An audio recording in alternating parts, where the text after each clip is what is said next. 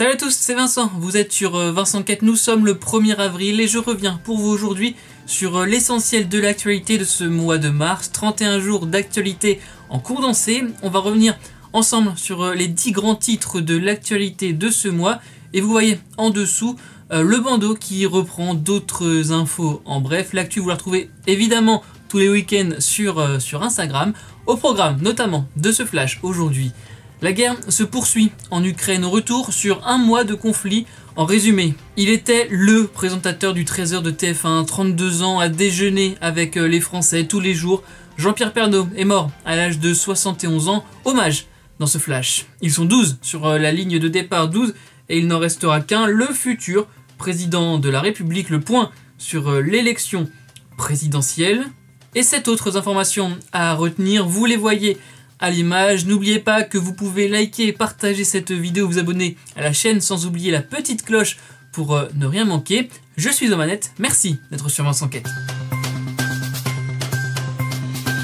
Le 24 mars, on a donc connu le premier mois de guerre en Ukraine. Alors, il est impossible de résumer ce qu'il s'est passé pendant ce mois de mars dans son intégralité, mais voici les faits les plus importants à retenir. Selon l'ONU, plus de 10 millions de personnes ont fui leur foyer en Ukraine, donc 4 millions ont quitté le pays. Un autre chiffre à retenir en compte, 4,3 millions d'enfants déplacés depuis le début du conflit.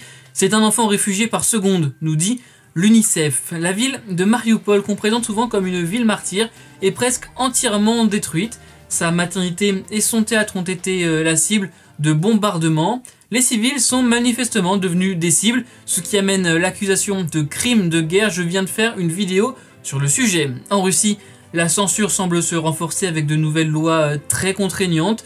Les manifestations anti-guerre sont réprimées et le courage d'une femme a marqué Marina Ovsiannikova, qui a brandi une pancarte contre la guerre en Ukraine à la télévision russe d'État. Elle a été condamnée à une amende. Le président ukrainien Volodymyr Zelensky s'est exprimé devant de nombreux parlements occidentaux, dont le parlement français.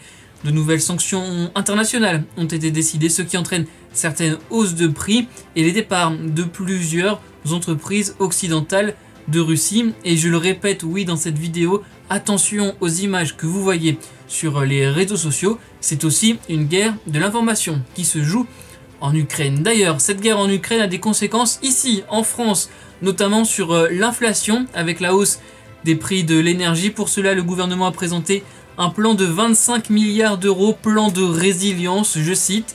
Parmi les mesures, une prise en charge des surcoûts des prix de l'énergie pour les entreprises, des subventions pour moins dépendre des matières premières russes, de nouveaux prêts garantis par l'État, 400 millions d'euros pour les agriculteurs ou encore pour les pêcheurs, 35 centimes d'euros d'aide par litre de gasoil.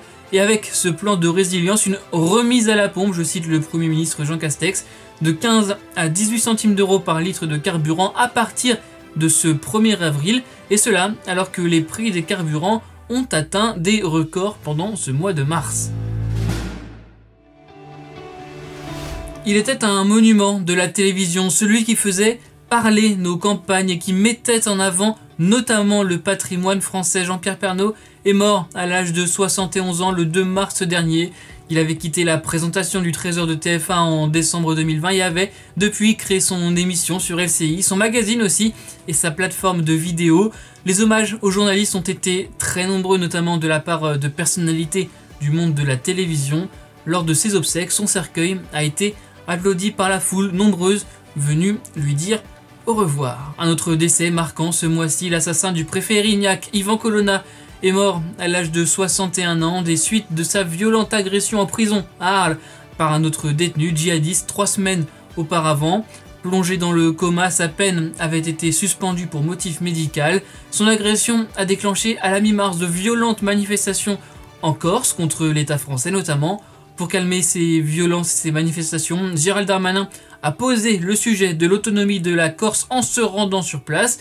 J'ai fait une vidéo sur ce sujet, le lien est dans la description. Et un 3e décès ce mois de mars, l'ex-rugbyman argentin Federico Martin Aramburu a été tué de plusieurs balles en pleine rue à Paris par un militant d'extrême droite.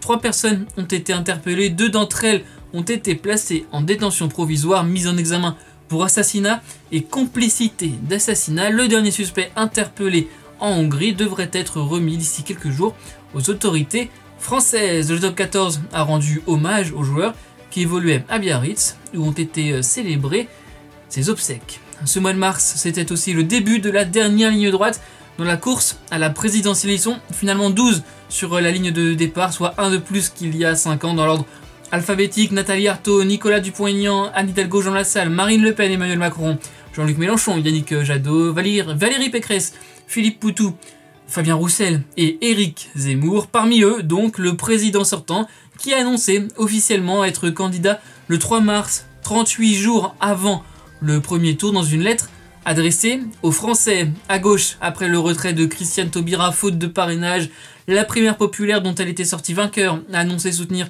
Jean-Luc Mélenchon, pourtant arrivé 3e derrière Yannick Jadot, avant de faire un petit mea culpa. À droite, Florian Philippot a rallié Nicolas Dupont-Aignan avec son mouvement Les Patriotes, en rajoutant dans le programme du candidat notamment l'interdiction du confinement dans la Constitution. Allez, on passe au Covid. Depuis le 14 mars, le masque n'est plus obligatoire en intérieur et le pass vaccinal n'est plus demandé. Tout cela ne concerne pas les établissements médicaux et il faut toujours porter le masque dans les transports en commun. Les protocoles sanitaires dans les écoles et en entreprise ont aussi été allégés. Les cas contacts n'ont plus l'obligation de s'isoler. Depuis toutes ces mesures, le nombre de cas positifs ne cesse d'augmenter. Le variant BA2, le sous-variant d'Omicron, s'est très fortement propagé en France. Le masque commence aussi à être remis petit à petit, mais à l'échelle individuelle. Ailleurs dans le monde, c'est la situation en Chine qui a été suivie. Le record de cas positifs en 24 heures a été franchi et de nombreuses villes sont confinées. Allez, petit tour à l'international avec des actus en bref et un retour sur la guerre en Ukraine, un point sur lequel je voulais insister. Les 27 États membres de l'UE ont chargé la Commission européenne de faire des achats en commun, comme pour les vaccins. On parle là d'énergie pour faire, je cite, baisser le prix de notre gaz. On reste en Europe. En Belgique, une voiture a foncé sur la foule participant à un carnaval faisant au moins 6 morts et une quarantaine de blessés. 2 hommes ont été interpellés. La piste terroriste n'a pas été retenu. En Chine, un avion s'est crashé dans la région du Guangxi. Le Boeing 737 de la compagnie China Eastern Airlines transportait 132 personnes. Il n'y a pas de survivants et les 2 boîtes noires ont été retrouvées. Leur analyse permettra de déterminer les causes de cet accident. En Israël, plus de 10 personnes sont mortes dans 3 attaques terroristes successives à la fin du mois. Et un petit mot aux grandes conséquences, les États-Unis ont accusé l'armée birmane de génocide sur les Rohingyas, la minorité musulmane en Birmanie. La page sport maintenant avec les Français. Tout d'abord au rugby, les Bleus ont réalisé le Grand Chelem et remporté le tournoi Destination, une première depuis 12 ans ce Grand Chelem. Du côté du biathlon, le jurassien star des Jeux Olympiques d'hiver, Quentin Fillon-Maillet, a remporté le globe de cristal et le classement général de la Coupe du Monde pour la première fois de sa carrière. En ski, Richard Jouve a remporté le petit globe du sprint, premier trophée pour un Français en Coupe du Monde de ski de fond.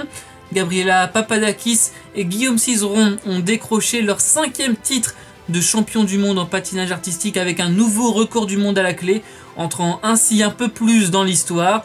Au foot, Karim Benzema est devenu le meilleur buteur français de l'histoire avec 413 buts, il dépasse ainsi Thierry Henry.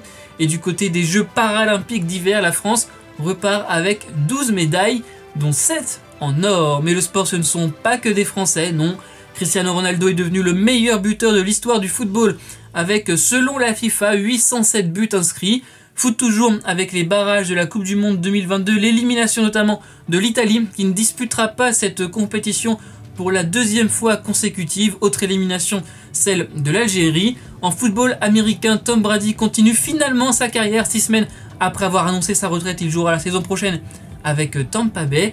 Et allez, en tennis, elle se dit épuisée. La numéro 1 mondiale australienne Ashleigh Barty a pris sa retraite à 25 ans seulement.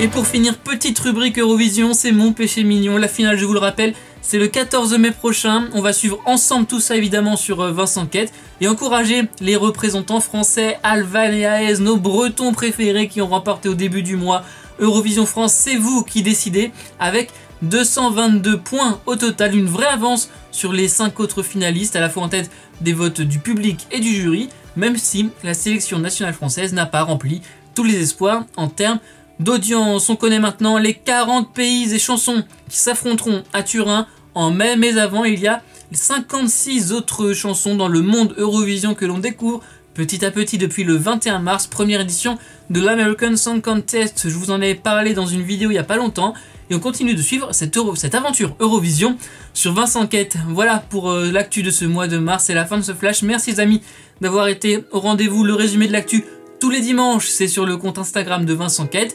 Le prochain résumé de l'actu en vidéo, ce sera donc pour le mois prochain. N'oubliez pas de vous abonner, de liker, de partager les vidéos sur les réseaux sociaux. C'est @VincentQuête, on se parle vraiment quand vous voulez.